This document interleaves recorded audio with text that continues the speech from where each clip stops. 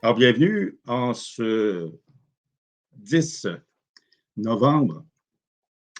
Aujourd'hui, on va réfléchir et on va prier autour d'un texte de la parole de Dieu qui nous vient de l'Évangile de Saint Luc. Jésus, le roi des rois, c'est Jésus, le bon pasteur.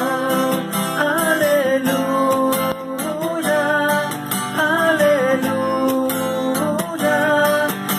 Alléluia, Alléluia, Amen. Jésus, marchant vers Jérusalem, traversait la Samarie et la Galilée. Comme il entrait dans un village, 10 lépreux vinrent à sa rencontre. Ils s'arrêtent à distance. Ils lui crièrent: Jésus, Maître, prends pitié de nous. En les voyant, Jésus leur dit: Allez vous montrer aux prêtres. En cours de route, ils furent purifiés. L'un d'eux, voyant qu'il était guéri, revint sur ses pas en glorifiant Dieu à pleine voix. Il se jeta la face contre terre aux pieds de Jésus en lui rendant grâce. Or, c'était un Samaritain. Alors Jésus demanda: Est-ce que tous les 10 n'ont pas été purifiés? Et les 9 autres, où sont-ils? On ne les a pas vus revenir pour rendre gloire à Dieu. Il n'y a que cet étranger. Jésus lui dit: Relève-toi et va, ta foi t'a sauvé. Acclamons cette parole de Dieu. Alléluia, Alléluia, Alléluia, Alléluia, Amen. Le texte d'aujourd'hui, c'est un texte qui est très intéressant. C'est un texte, dans le fond, qui nous fait revoir, encore une fois, que Jésus ne se limite pas à ceux et celles qui sont dans un chemin ou une ligne de conduite unique. Il ne se limite pas à essayer d'avoir autour de lui des gens qui sont tous pareils. Au contraire, ce texte-là nous montre bien que Jésus a un intérêt pour tous ceux et celles qui viennent à lui ou tous ceux et celles qui désirent le suivre. Dès le départ du texte, on nous dit qu'il est en route. Il marche vers Jérusalem et pour se rendre à Jérusalem, il traverse la Galilée, où il est bien connu, mais il va traverser aussi une partie de la Samarie. Samarie, la Samaritaine, on revoit le bon Samaritain, on voit dans certaines pages d'Évangile des Samaritains ou des gens de cette région qui sont en action. Les Samaritains, comme vous le savez probablement déjà, je ne vous apprendrai rien, les Samaritains, c'était pas des étrangers euh, dans un sens propre, des gens qui étaient complètement différents du reste des autres personnes ou des autres régions autour d'eux. Mais les Samaritains, au niveau de la religion, croyaient eux aussi au Dieu unique, au même Dieu que les autres, mais de façon différente. Avaient des règles différentes, ne suivaient pas de façon stricte, par exemple, les règles dictées par le temple ou certaines choses qu'ils auraient dû suivre pour être, selon des Juifs le plus proche du temple, pour être de véritables adorateurs du Dieu unique, de Yahvé. Donc, ces Samaritains-là, ils ont une différence qui est au niveau de leur foi. Mais cette différence-là, on nous la présente souvent comme quelque chose d'impur. Donc, si tu n'es pas de la même religion. Hein, c'est pour certaines personnes d'entre vous qui, puis plus âgés, puis même moi qui je ne suis pas une jeunesse non plus, mais du haut de mes 50 ans, des personnes qui ont plus de 60 ans, et 70, 80, se souviendront peut-être de l'époque où on faisait vraiment des catégories, même entre chrétiens. On faisait des catégories entre, il ne fallait pas s'approcher d'une église anglicane ou protestante. On faisait beaucoup de disparités au niveau de la foi. Un peu plus tard dans ce texte-là, Jésus s'intéresse à des marginaux. Des marginaux qui sont marginales à cause de leur condition physique, à cause de leur maladie. Donc, ils sont marginaux au départ à cause de leur religion et, dans un deuxième temps, sont marginaux à cause de leur maladie, de leur condition physique. On dit que 10 lépreux s'approchent de lui. La lèpre, c'était une maladie, bon, on mettait à l'écart les gens qui avaient la lèpre. On mettait à l'écart dans des lieux bien précis où on allait déposer de la nourriture, soit des familles, où on allait déposer de la nourriture assez loin pour ne pas être en contact avec ces lépreux-là. Euh, Donner une image, là, ceux qui ont déjà vu sur le film Ben-Hur, hein, Ben-Hur qui cherche sa mère et sa sœur, qui les retrouve chez les lépreux, on voit un peu comment fonctionnaient les endroits où il y avait la lèpre. Donc, ces lépreux-là s'approchent. À une époque même, les lépreux devaient actionner une cloche ou actionner quelque chose qui faisait du bruit pour qu'on sache qu'ils s'approchent. Donc, Jésus voit ces lépreux-là s'approcher et ces lépreux-là, même s'ils savent que Jésus n'est pas de la même pas officiellement, mais n'est pas de la même région, donc n'a pas la même foi, ils ont entendu parler de lui et ils vont s'approcher de lui. Ils vont s'approcher de lui et ils vont l'appeler maître. Et ils vont lui dire, ben, est-ce que tu peux nous guérir? Est-ce que tu peux, euh, est-ce que tu peux faire en sorte que nous soyons purifiés? Parce que cette lèpre-là, elle met, socialement, elle met la personne de côté pour le restant de ses jours.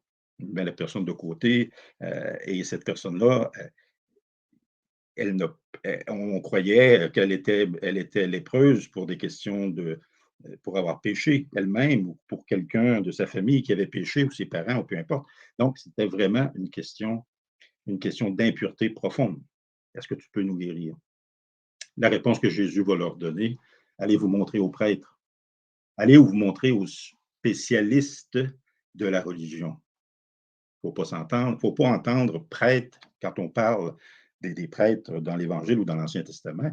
Il faut penser aux prêtres qu'on a aujourd'hui, 2000 ans plus tard. C'est deux choses différentes.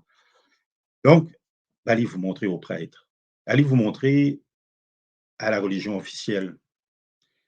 Et on dit que en route, ils sont purifiés.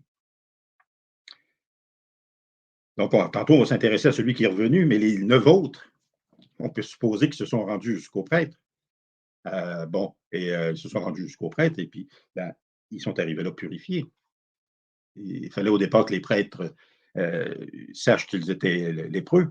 Et d'un autre côté, ben, c'est une façon pour Jésus de montrer aux autorités religieuses que la gloire de Dieu s'installe, que le règne de Dieu s'installe. Du côté officiel, par les 9 qui ont continué leur route, un seul va retourner vers Jésus. Il va retourner vers Jésus et puis il va lui dire, il va rendre gloire à Jésus, va, va faire en sorte de lui apporter une reconnaissance. On dit, il se jette la face contre terre aux pieds de Jésus en lui rendant grâce. Donc, il se prosterne devant Jésus. Et Jésus va lui dire, ben, où est-ce qu'ils sont les autres? Est-ce qu'ils n'ont pas été purifiés eux aussi? Alors, le seul qui est revenu parmi les lépreux qui étaient là, c'était celui qui était samaritain. Donc, celui qui était samaritain, les autres étaient peut-être des Galiléens. Donc, celui qui était samaritain revient et puis il est le seul. C'est l'étranger, c'est celui de la foi différente, c'est celui qui officiellement il faut mettre de côté, c'est celui même à qui il ne fallait pas parler. C'est lui qui revient vers Jésus pour le remercier. Cette page d'Évangile aujourd'hui, en tout cas pour moi, elle vient me confronter directement. Elle vient me confronter directement parce que souvent, en Église, face à la différence, face à la marginalité, face aux gens, aux, aux hommes et aux femmes qui sont plus loin de l'Église officielle encore, ben, on, on a un comportement très souvent qui encourage cette division-là. Pas de façon très flamboyante, comme ça a déjà été dans l'histoire. Il y a eu des guerres pour des différents religieux. Pas de cette façon-là, mais on entretient encore ces disparités religieuses. On a la difficulté à reconnaître que croire en Dieu, croire en Jésus, être confiant en Dieu, confiant en Jésus, ça se vit de différentes façons, dans différentes religions, dans différents mouvements religieux. Parfois, on a encore la difficulté à croire que d'autres mouvements font du bien. On a de la difficulté à voir apparaître une personne, une famille qui est éloignée et qui vient demander à l'Église, qui s'approche de l'Église, parfois pour la naissance d'un enfant, pour un deuil, euh, pour un sacrement, l'initiation catéchétique, peu importe. Souvent, le premier réflexe qu'on peut avoir, c'est ah, ça fait longtemps qu'on ne les a pas vus ou on ne les voit jamais.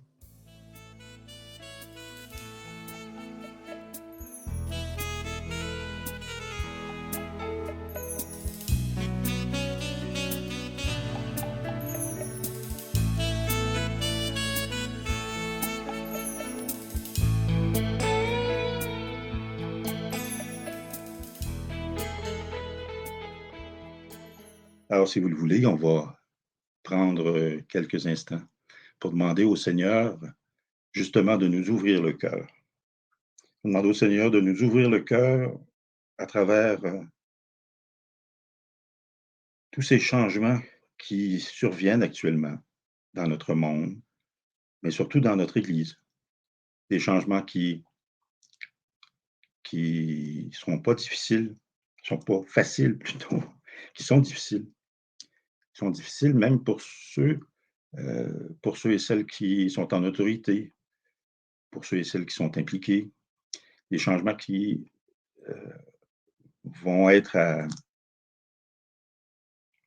à prier avec la présence de l'Esprit Saint. On demande au Seigneur aussi de nous ouvrir le cœur pour qu'on s'approche de tous ceux et celles qui sont différents, ou tous ceux et celles qu'on croit différents à les regarder passer. Prier le Seigneur aussi pour nos enfants dans nos écoles, nos enfants, nos jeunes adultes qui entrent dans la vie, ceux qui sont plus vieux, qui ont déjà des jeunes familles, nos enfants, hein, qui parfois on les regarde et puis on dit, ah, pourtant j'ai essayé d'apporter tout ce que j'ai pu apporter de mieux par rapport à la foi. Comment ça se fait? Mes enfants ne sont pas plus proches de Dieu, de l'enseignement de Jésus. Demandez à l'Esprit Saint de faire le travail. Nous, on a fait le bout qu'on pouvait faire humainement. Donc, tout ce qui nous reste à faire, c'est de prier avec l'Esprit Saint pour que l'Esprit Saint puisse aller leur réchauffer le cœur et leur apporter tout ce dont ils ont besoin. Nous, on ne le sait pas. L'Esprit Saint le sait. C'est à travers cette prière avec laquelle je vous laisse.